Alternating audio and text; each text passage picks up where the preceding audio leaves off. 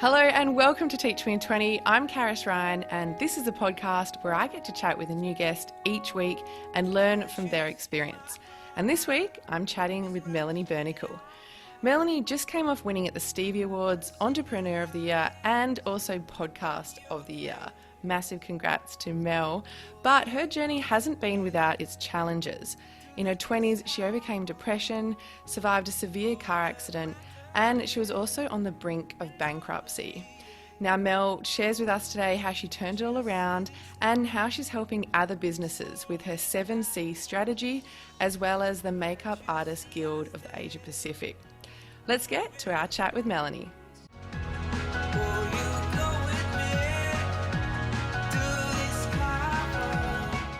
Melanie Burnicle, it's great to have you on. Thank you so much. It's very exciting. Tell us about Melanie in her 20s, because that is quite a journey you've been through. Me in my 20s. So late teens, I started having anxiety attacks. I was kind of working in jobs, not being me, sort of conforming to other people's ideal of what you should be as a woman, what you should be in a career, what's stable, what you should be doing. I was also in a relationship where it was my first ever boyfriend.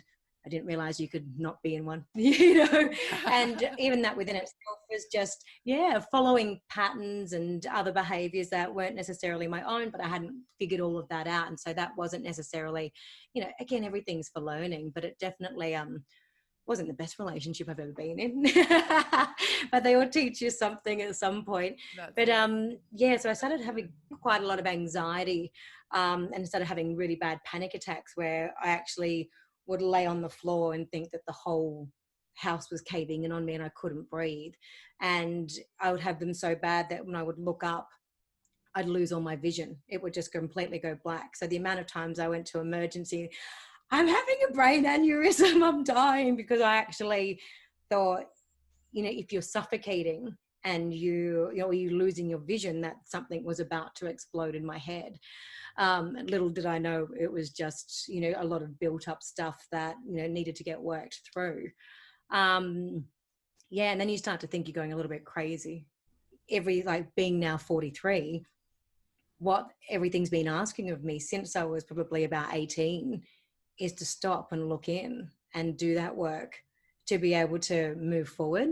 And it's probably not up until even recently that I feel that, I've really kind of stepped into my real true self. And I think everything from the car crashes, to divorce, to being nearly on the brink of bankruptcy, to all the crap that's ever happened, it's all been a blessing. Not that I saw it that way the whole way through at all, because there was moments when you're depressed that sometimes you just think that you actually don't want to be here, because it's really hard to see the light at the end of the tunnel.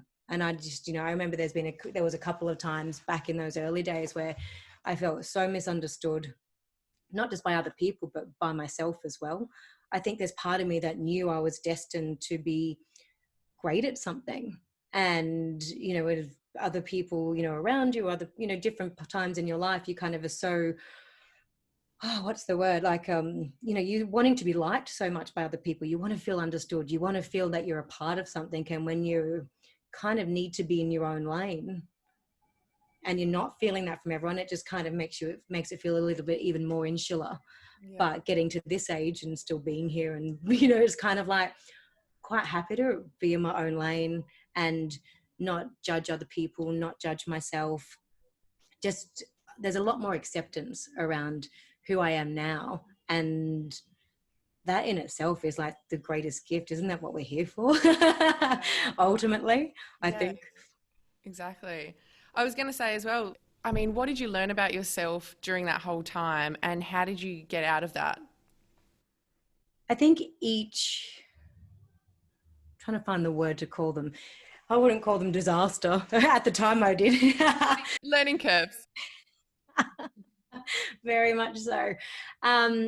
Everything that sort of gets presented towards you is getting you to ask a question of yourself. And I think the more you learn, the more you grow.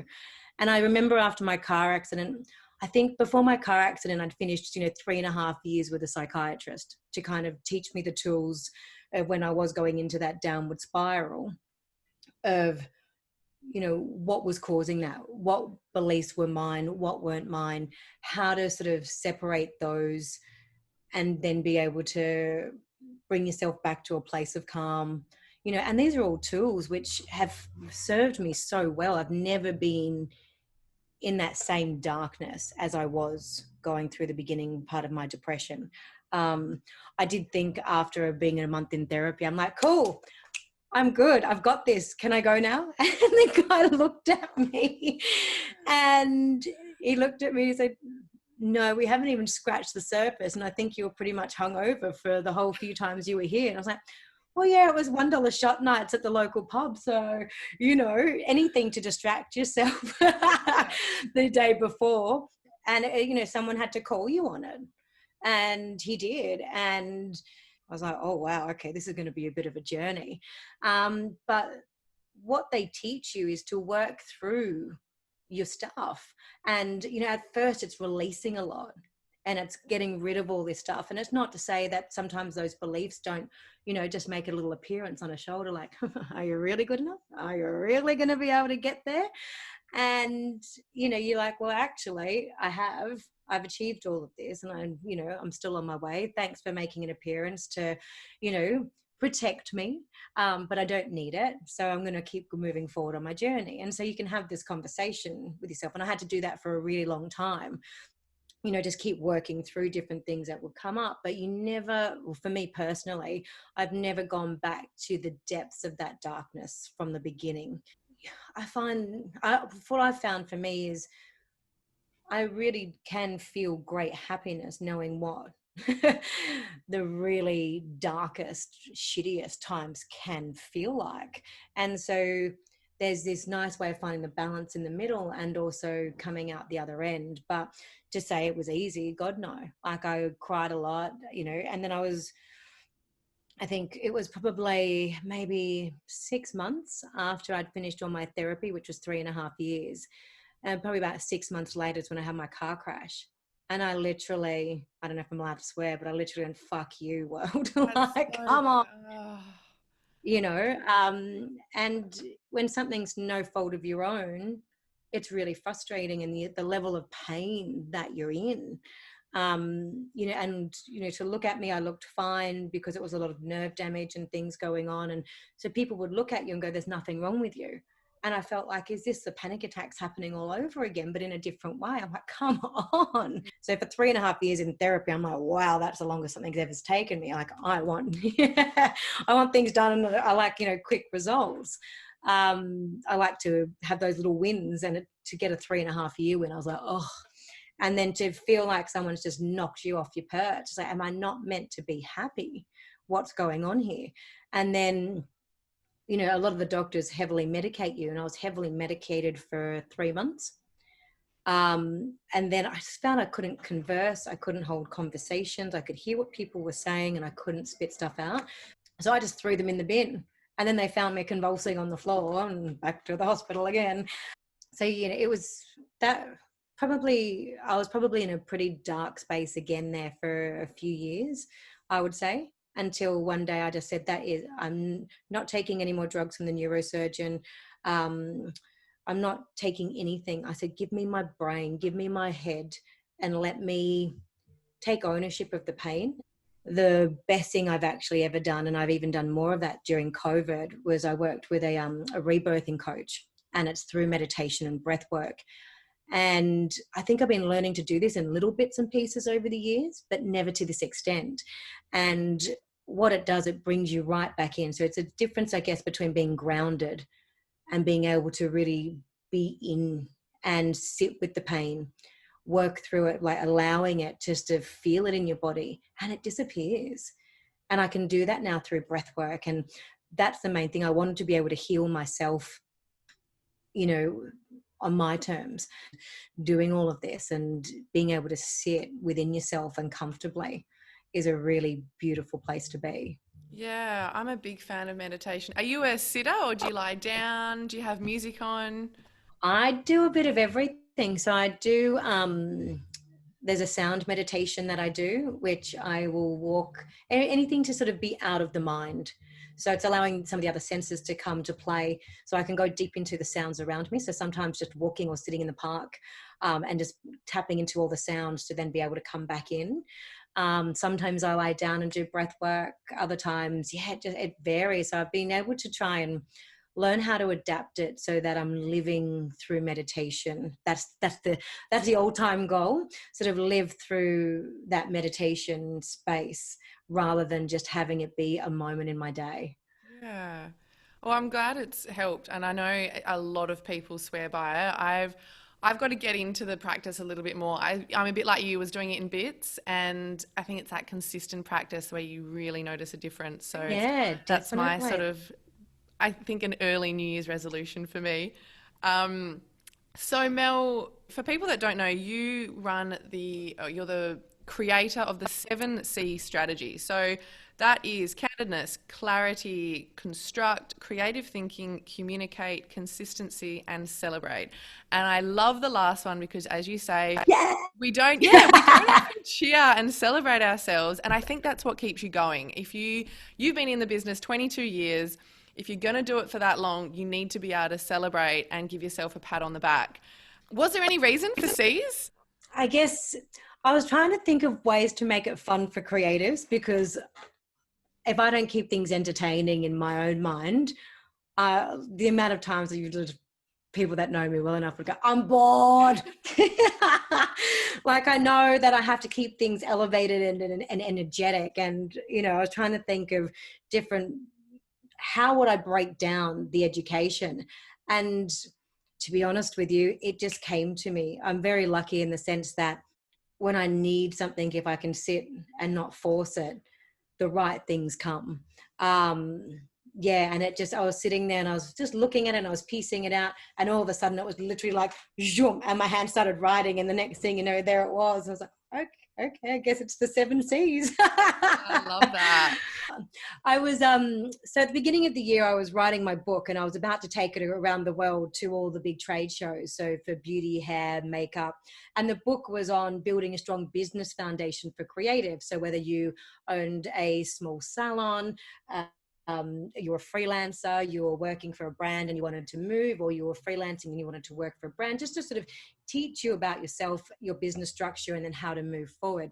So when COVID, really appeared, I was like, wow, I'm not sending that to the book editor. If people aren't familiar with me on a stage, they're not going to spend the money on the book. So I pulled it, and my strategy for 2021 was to do the online course. And so I thought, right, let's get this course done while we're sitting here doing nothing. And so what I did in order to do that, I was offering free webinars and coaching to the arts community. That could be anyone from entertainers to people working, on set as a gaffer, a lighting elect, like whoever was a part of the arts group, I was offering free education there.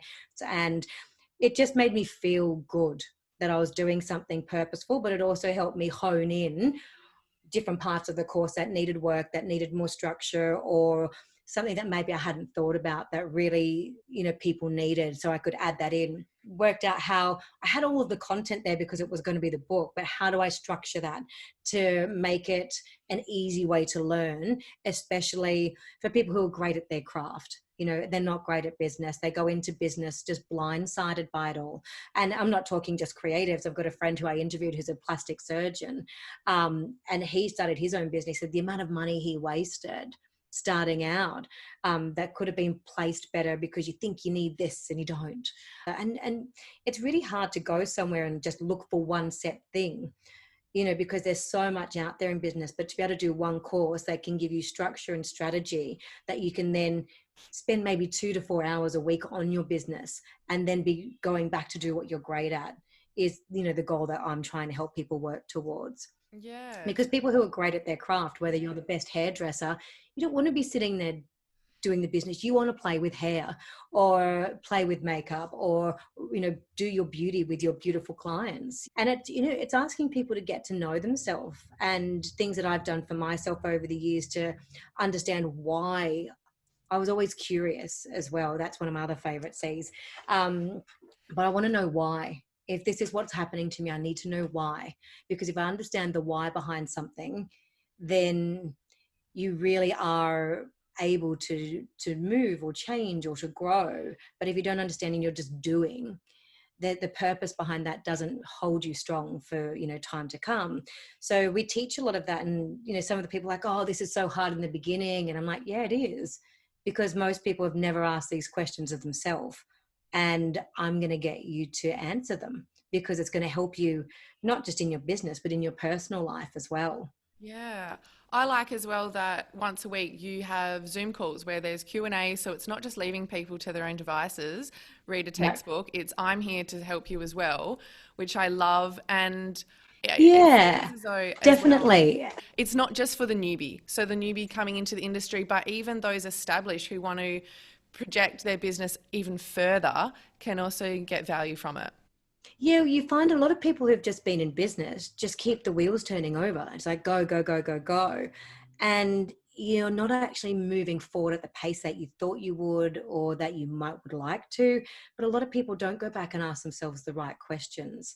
And this really sort of sets the tone for understanding you, understanding why you do what you do, getting to understand your own purpose and how your personal purpose and your business purpose will have, you know, common common relations between the two. And then, you know, for me, with the mag app, uniting, nurturing, empowering artists. But for me, uniting and nurturing is something that I love bringing people together, and I love helping people, because I know the value of when people have helped me, what that's been able to do for me. And yes, you have to do the work, but to have someone guide you in a way that's non-judgmental and open in a really nice space, you know, for me now to be at a point where I can provide that for somebody else. And like once I do, every now and then I do like the webinars that are attached to, you know, some trade shows overseas, and I literally probably spend like a day crying, like getting all like the thank you, thank you, thank yous. It's emotional, because it's just so nice that, you know, you get to do that. And when we first did the Makeup Artist Guild Awards, I think we've done two, we're about to come into our third awards, and I normally spend probably a day or two crying after that, because, you know, people who've been segregated in an industry now feel part of a community. And the fact that you've been able to sort of be an instrumental part in that is, you know, it feels nice. It's nice to know. And I think one of the big things we're working on at the moment, due to some issues that have been happening in our industry for a long time. You know, there was some things come to light recently in the SMH. You know, someone was, you know, charged with sexual misconduct. A photographer was charged with sexual assault, I think. So yeah, starting to work with the Australian Fashion Council, and we're looking at bringing other big groups into place and creating, you know, a voluntary code of conduct that everyone will sign and condone and be a part of. And to me, you know, to be able to do something where we can make sure that people are looked after is beautiful. So for me, everything comes back to that uniting, nurturing, and empowering in some ways, so that people feel that their voice is worth hearing. And it's Yeah. taken me a long time to feel that my voice was worth hearing, not just to myself, but with other people as well. You know, I never wanted to be like, oh, people don't want to hear me. And then when you share something with someone, they're like, that was so helpful. It's like, well, maybe I need to have the confidence to, and that's been sort of growing throughout the years as well. So every crap thing I went through gives you back this inner trust that you got through it. You mentioned before there's been, you know, in SMH, a few things have come out regarding sexual conduct. And where would you like to see the industry headed, and what still needs to be improved? Well, look, definitely in the stills world, there are a lot of issues going on there with the pays not going up. If anything, I get paid less on a day rate than what I did when I started. So on an ad campaign, I get paid less now than what I did 23 years ago. So you're losing a lot of, you know, key players in the industry, because there's no set standard of rates. You can also be on set and not get fed for 6 hours, and the model's done, you know, 80 different outfits by that stage. And so yeah, so for me, having a set of standards in place that look after brands, look after the individual, the models, the creatives, you know, having that set of fairness and standards, I think would be really lovely, so that for anyone who doesn't know, what setting a bad standard is, they will then know it's all written there. And if you break that, you'll be called, and, there'll be consequences. And I think, what some people take is common sense or logic. Some people, or their ego, feels that it's not. And so I don't want to judge people. People are what they are and they do what they do. But if there's a guideline there that helps to encourage people to be respectful of one another, then I think that to me would be a real highlight in my career. And I think it is happening. So it'll be a little bit of work to get, there to make sure that everybody is looked after. But yeah, it'd just be a really nice place to see the industry that I care about so much, look after each and every one fairly and equally. What's one piece of advice you wish someone had told you as you were entering the industry? Because I bet it's never as you expect. I think especially in the makeup industry, it's people think it's very glamorous, a bit like an actor or actress, where the reality is, you just came off a 19-hour day last week at the Arias. What's one piece of advice? There was a few of those back to back. It was like, oh. Yeah.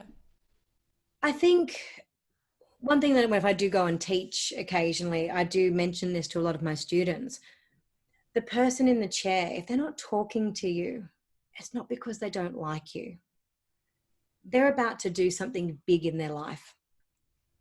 And so the energy that they're projecting is nerves. It can be fear. Some people are really calm. That's okay too. But if there is a weird energy, it's because that person, it doesn't matter at what level they are. I've worked with, massive VPs of massive global corporations. I've worked with politicians. I've worked with singers. I've worked with actors. Everybody has their own insecurity. And so what they're projecting here is not because they don't like you. And this goes in life as well. Something's going on for them. So if you can learn to check or know what your own ego is, and mine used to be, I need to be liked. I really did, like on so many different levels that, looking back, I'm like, oh, that hurts. But if you can learn to know what that feeling is and how that feels for you, it might be the twist in your stomach, or it might be that, and you're holding your breath, whatever that is. If you can breathe through it, leave that at the door. And rather than thinking that person doesn't like me, or they're not talking to me, it's not about you. What about if all you had to do in that moment is remember this person's going through something and they're about to perform. And by doing that, you're creating this beautiful space where your day is going to be a hell of a lot easier as well. And you learn how to read people, whether, great straight away, some people come in for a hug, maybe not during COVID, but generally, or they put their hand out like this and they want to shake your hand. Read that. Understand. So, if someone who likes to be touched, I'll put my hand on my back while I'm having a conversation about their makeup, and you see their body language go, and I'm a touchy person. So if someone does that to me and puts their hand on my back, I'm like, oh, okay, great. No. But for someone who hates being touched or hates being hugged, that's very, very confronting. That's great. So, it's not about you in that moment. You're there to make their life easier. Oh, I love that. That's such a life lesson as well, because reading people is such a skill. I love that. It's not you, it's just, read the room. What's next for Mel as well? What have people who are following you got to look forward to, and what are you most excited about coming up in the future? Yeah, look, the 7 Cs is really starting to go places, and I'm really looking forward to educating people and, building on that platform of education and growing that as well. It's been a really special thing to be able to do this year. Yeah, the podcast will go into season 2 for Brilliant Brains and Beautiful Minds. We'll go into season 2 next year. There is, the way I saw that originally was a little bit different, obviously, during COVID, as to having how I originally saw it. So who knows, with the world going back to normal a little bit in Australia, it could be nice to see if I could bring the original vision to life, which would be a little bit more, a little bit more magic in it. Yeah. I won't say too much. And then, so I'm really hoping that I can start sharing my education globally. Look, with the online stuff, it is already, but, to be able to have a physical presence around the world and that would be, for me, I don't feel like I necessarily want to, Australia will always be my home, but I would like to be in a place where I just be a little bit more of a, I guess a nomad, so to speak, and just being able to have a presence where I feel that I might be needed at that time and experience different culture and see how I can share what I know on different levels. Well, Mel, I'm wishing you all the best for the year ahead. Thank you so much for your time today and sharing your journey. Thank you. Thanks, Karis. Thanks for listening, and I hope you enjoyed that episode with Melanie. Big thanks to her for coming on and sharing her story. If you liked the episode, make sure you show it some love, give it a subscribe or leave a comment, or you can rate and review it on your favourite podcast platform. We'll see you next week.